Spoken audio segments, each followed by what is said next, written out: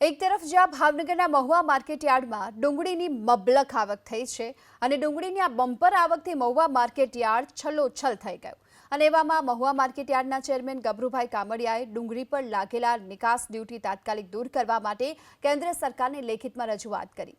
વાણિજ્ય અને ઉદ્યોગ મંત્રી પિયુષ ગોયલને પત્ર લખી અને યાર્ડના ચેરમેન ગભરુભાઈ કામડિયા ડુંગળીના મોટા પ્રમાણમાં આવકને કારણે ભાવ ન મળતા ખેડૂતોના હિતમાં 20% નિકાસ ડ્યુટી તાત્કાલિક દૂર કરવાની માંગ કરી છે।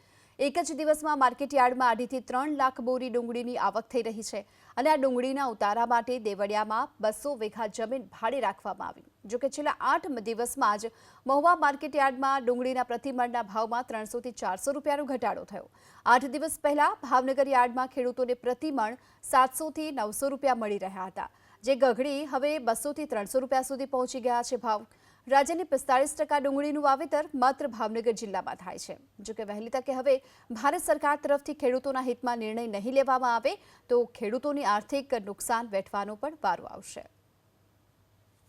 મહુવા માર્કેટિંગ યાર્ડમાં સમગ્ર સૌરાષ્ટ્રભરના ખેડૂત ભાઈઓ લાલ કાંદા લઈને પોતાના વેચાણ માટે આવી રહ્યા છે। છેલ્લા 8 દિવસમાં પ્રતિમણ 300 થી 400 રૂપિયા સુધી ભાવમાં ઘટાડો જોવા મળી રહ્યો છે, જેના અનુસંધાને મહુવા માર્કેટિંગ યાર્ડના ચેરમેન શ્રી ગભરુભાઈ કામડિયા દ્વારા કેન્દ્રીય મંત્રી પિયુષભાઈ ગોયલ સાહેબ તેમજ વડાપ્રધાન મોદી સાહેબ તેમજ રાજ્ય સરકારના મંત્રીશ્રીઓ અને મુખ્યમંત્રીશ્રીને લખેલ છે કે જે 20% નિકાસ ડ્યુટી છે તે તાત્કાલિક અસરથી વહેલી તકે જો હટાવવામાં આવે તો ખેડૂત ભાઈઓને પોતાના પોષણક્ષમ ભાવો મળી શકે, તો તેઓના જે ઉત્પાદન ખર્ચ છે તેમના કરતાં જાવક ઓછી રહે અને ખૂબ જ આર્થિક નુકસાન થઈ રહ્યું છે તે બચી શકે।